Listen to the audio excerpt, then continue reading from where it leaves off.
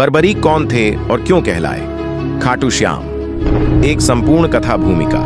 भारत की पौराणिक कथाओं में अनेक ऐसे पात्र हैं जो अत्यंत शक्तिशाली होते हुए भी गूढ़, रहस्यमयी और अल्पचर्चित रहे। ऐसा ही एक पात्र है बर्बरीक, जो आगे चलकर खाटू श्याम के नाम से पूजे गए। यह कथा न केवल महाभारत से जुड़ी है, बल्कि भक्ति, त्याग और श्री कृष्ण की लीला का अनुपम उदाहरण भी है। बर्बरीक का जन्म और वंश। बर्बरीक का जन्म गदाधारी भीम के पुत्र घटोत्कच और मोरवी के घर में हुआ था। मोरवी नाग जाति की राजकुमारी थी। घटोत्कच और मोरवी के विवाह से उत्पन्न यह पुत्र अत्यंत तेजस्वी, शक्तिशाली और अद्भुत शक्तियों से युक्त था। बचपन से ही बर्बरीक युद्ध कला में निपुण हो गए। उन्होंने भगवान शिव, यक्षराज कुबेर और अन्य देवताओं से विशेष अस्त्र शस्त्र प्राप्त किए थे। बर्बरीक के 3 बाण। बर्बरीक के पास केवल 3 बाण थे, परंतु ये बाण इतने शक्तिशाली थे कि पूरी सृष्टि को नष्ट करने की क्षमता रखते थे। उनके गुरु ने उन्हें वचन लिया था कि वे सदैव कमजोर पक्ष का साथ देंगे। बर्बरीक ने यह वचन स्वीकार कर लिया। उनके बाणों की विशेषता यह थी: पहला बाण शत्रुओं को चिन्हित करता था, दूसरा बाण चिन्हित किए गए शत्रुओं को नष्ट कर देता था, तीसरा बाण वापस बर्बरीक के तरकश में लौट आता था। महाभारत युद्ध की ओर बर्बरीक का प्रस्थान। जब महाभारत का युद्ध निश्चित हो गया, बर्बरीक ने सोचा कि उन्हें इस धर्म युद्ध में भाग लेना चाहिए। वे अपनी माता मोरवी से आज्ञा लेकर अपने रथ पर सवार होकर कुरुक्षेत्र की ओर चल पड़े।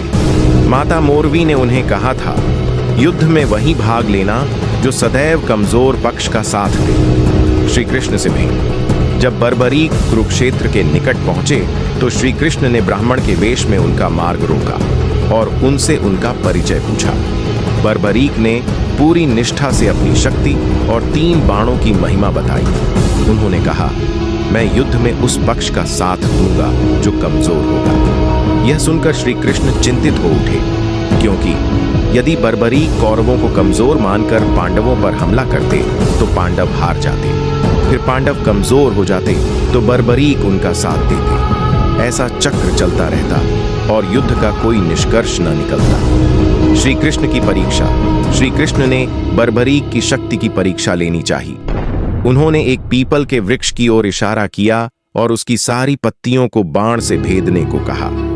बर्बरीक ने ध्यान लगाकर पहला बाण चलाया और बाण ने सभी पत्तियों को चिन्हित कर लिया। तभी श्री कृष्ण ने एक पत्ती को अपने पैर के नीचे छुपा लिया। बाण ने श्री कृष्ण के पैर को भी घेर लिया, जिससे स्पष्ट हुआ कि यह बाण परम ज्ञान और अदृश्यता को भी पहचान सकता है।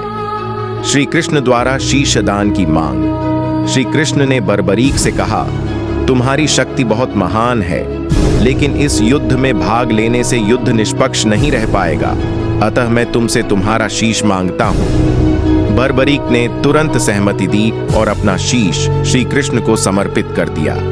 उनका शीश धरती पर गिरा और उन्होंने श्री कृष्ण से एक वर मांगा, मैं इस धर्म युद्ध को अपने नेत्रों से देखना चाहता हूं। श्री कृष्ण ने उन्हें एक ऊंचे स्थान पर स्थापित किया, जहां से बर्बरीक अब शीश रूप में ने पूरा महाभारत युद्ध देखा।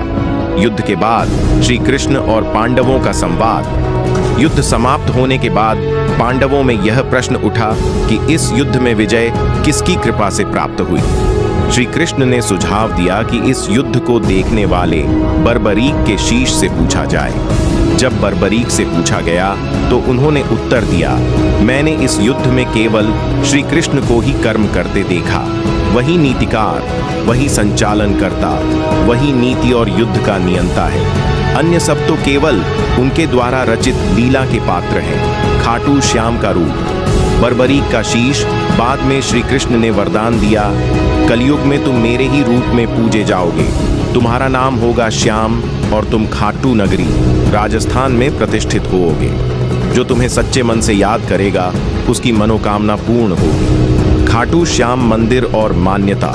राजस्थान के सीकर जिले के खाटू गांव में खाटू श्याम जी का मंदिर है, जहां हर वर्ष लाखों श्रद्धालु दर्शन करने आते हैं। यहाँ की मान्यता है कि खाटू श्याम हर दुख को हर लेते हैं। सच्चे मन से जो पुकारे, श्याम उसकी सुनते हैं। वे भक्तों के रक्षक और दयालु देवता हैं। निष्कर्ष, बर्बरीक की कथा न केवल एक वीर योद्धा की गाथा है, बल्कि यह हमें सिखाती है त्याग की पराकाष्ठा क्या होती है, सच्चे भक्त कैसे होते हैं और ईश्वर की लीला कितनी रहस्यमयी है। बर्बरीक, जिन्होंने अपनी शक्ति का प्रदर्शन न करते हुए परम उद्देश्य की पूर्ति के लिए अपना सिर तक समर्पित कर दिया, वास्तव में वे ही खाटू श्याम हैं जिनकी जयकार आज पूरा भारत करता है। हारे का सहारा, श्याम हमारा। यह लेख अभी जारी है। यदि आप चाहें तो मैं इसमें खाटू श्याम के भजन, प्रमुख मंदिर की कथा, व्रत विधि, चमत्कारी घटनाएं और श्रद्धालुओं के अनुभव भी जोड़ सकता हूं। अगर आपको यह कथा पसंद आई हो तो कृपया इसे अपने मित्रों के साथ साझा करें और हमारी अगली पौराणिक कहानियों के लिए जुड़े रहें। जय श्री श्याम।